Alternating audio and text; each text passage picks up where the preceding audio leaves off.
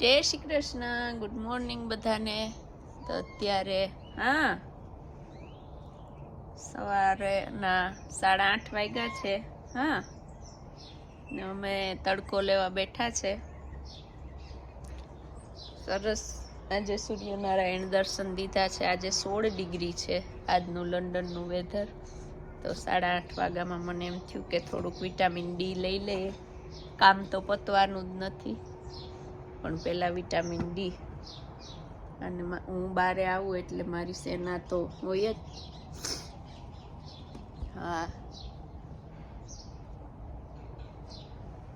જોઈ લે છે ને, અમે અહીંયા ખાટલો ઢાળીને અમે અત્યારમાં બેઠા છે. મહેશ્વરભાઈ સ્કૂલે વયા ગયા. 8:30 વાગ્યા છે ને. ઉપાધિ કરે એ બીજા. જો હમણાં અમારી બિલાડીની ડિલિવરીનો ટાઈમ છે. હમણાં બચ્ચા દેશે.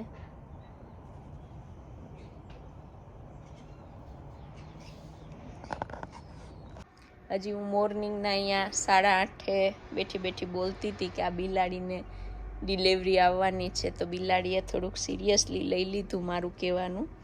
ને અત્યારે જો અહીંયા બચ્ચાને જન્મ આપે છે. ગયા વીકે એક બિલાડીએ 4 બચ્ચાને જન્મ આપ્યો.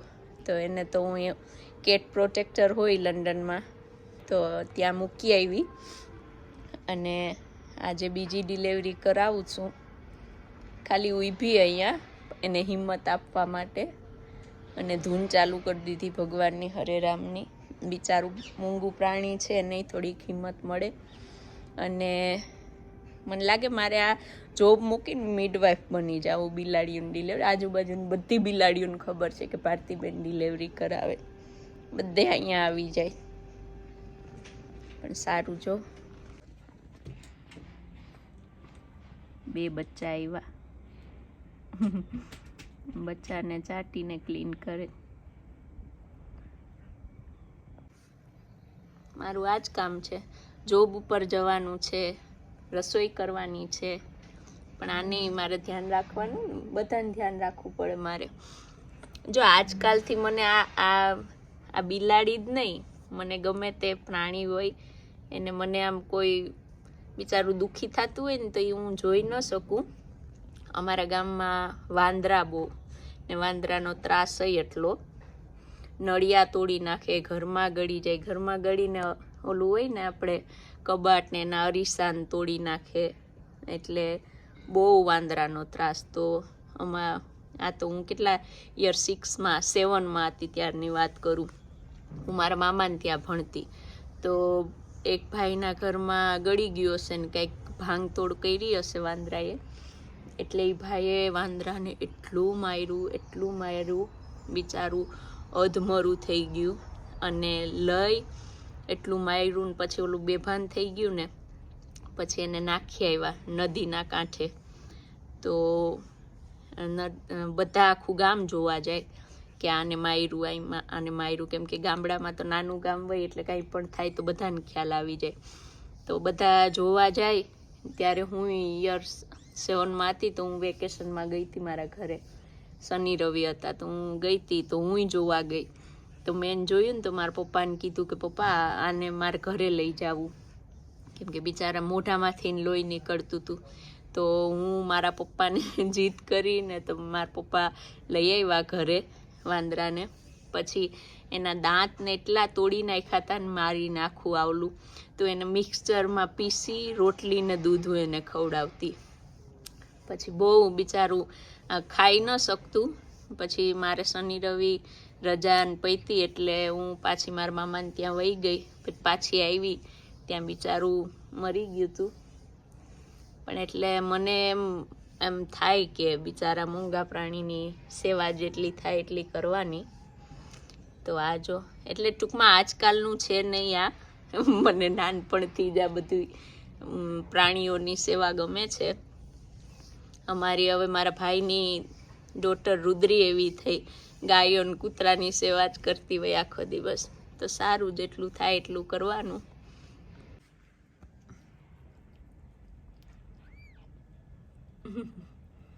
કેટલા નાના નાના છે જો.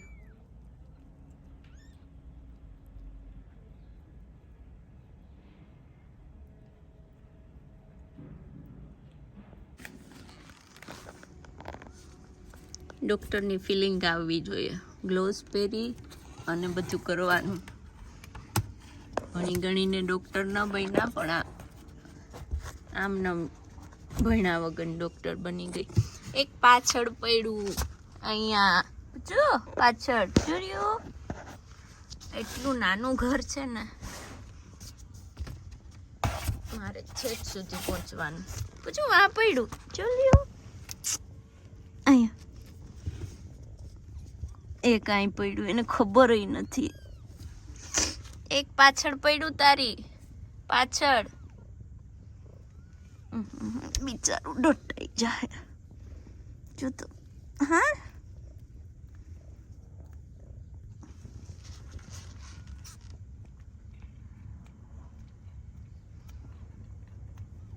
ચીપાઈ ગયું છે ત્યાં.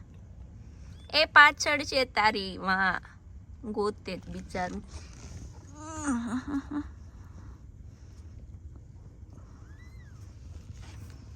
બસ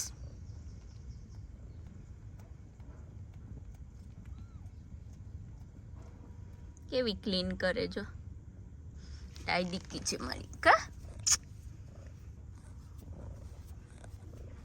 પાણી પીવું?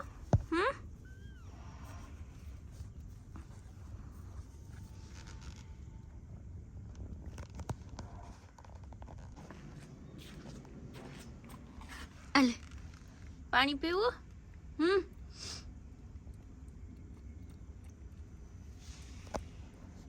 પણ જો એક વાત મેં ભગવાનને ચોખવટ કરી કે ભગવાન આ બિલાડાની હું ખાલી સેવા કરું. મને એવું નથી કે મને બિલાડા ગમે. વળી ભગવાન ખુશ થઈને કંઈક નિર્ણય લઈ લે કે આ બહુ બિલાડાની સેવા કરે. મેં કીધું મને આગલા જન્મમાં બિલાડું નહીં બનાવતા ભગવાન. પછી એમ ચોખવટ કરી કે હું ખાલી સેવા જ કરું. એટલે બધી ચોખવટ ભગવાનને કરી દેવાની. મેં કીધું કે બેન તું તારા છોકરા હારે ટાઈમ સ્પેન્ડ કર. મારે જોબ ઉપર જવાનું છે. હું શાવર કરીને હવે કિચનમાં આવી ગઈ છું કેમ કે મારે ટાઈમ થઈ ગયો છે. એક બાજુ મેં રોટલીનો લોટ બાંધી દીધો અને મગ મૂકી દીધા છે. મગ ભાત ને રોટલી કરી લઉં પછી મારે એને મૂકવાઈ જવાની છે. એટલે આજે થોડું શેડ્યુલ બહુ ટાઈટ છે મારું. ચાલો આને મારે મૂકવા જવાની છે. હા ગગો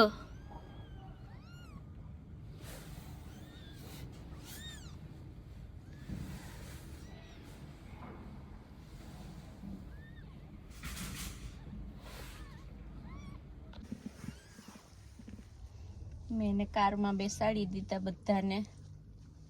5 બચ્ચા નીકળ્યા. હવે અમે એને મૂકી આવીએ કેમ કે એને ત્યાં એને થોડુંક એ લોકો એનું ધ્યાન વધારે રાખી શકે. બિચારી ડિલિવરી કરતાં કરતાં સૂઈ ગઈ હતી એટલે આપણને બીક લાગે. એટલે એ લોકો ત્યાં બધું એની ટ્રીટમેન્ટ ને કરશે.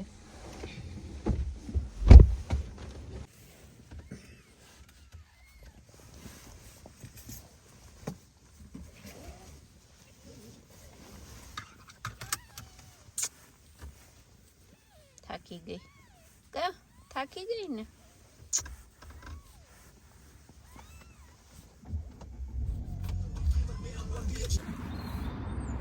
ચાલો અમે પહોંચી ગયા છે. એની નર્સ આવીને જોઈ ગઈ. બાસ્કેટ લેવા ગઈ છે અંદર. હવે હમણાં આવીને લઈ જશે.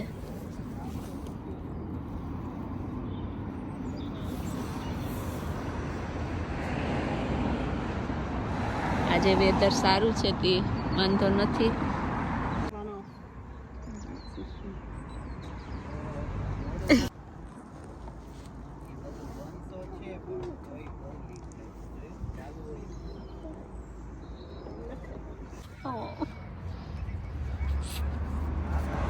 Thank you so much. Thank you. That's all right.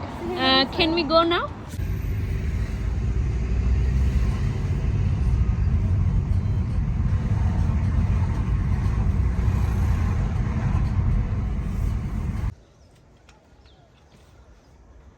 ચાલો, ભગવાન જે પણ તક આપે, માણસ પશુ જેની સેવા કરવાનો વિચાર આવે તો ત્યારે ને ત્યારે કરી લેવાનો. બહુ વિચાર નહીં કરવાનો કે આમ કરશું તો શું થશે, તેમ કરશું તો શું થશે. ચાલો, આજનો મારો અહીંયા જ્ઞાન અહીંયા પૂરું થાય છે ને. હું જાઉં છું જોબ ઉપર, નહીંતર જોબેથી કહેશે કે બેન તું ઘરે રહીને બિલાડાની સેવા કર, અમે કોઈ બીજાને રાખી લેશું. તો ચાલો, જય શ્રી કૃષ્ણ.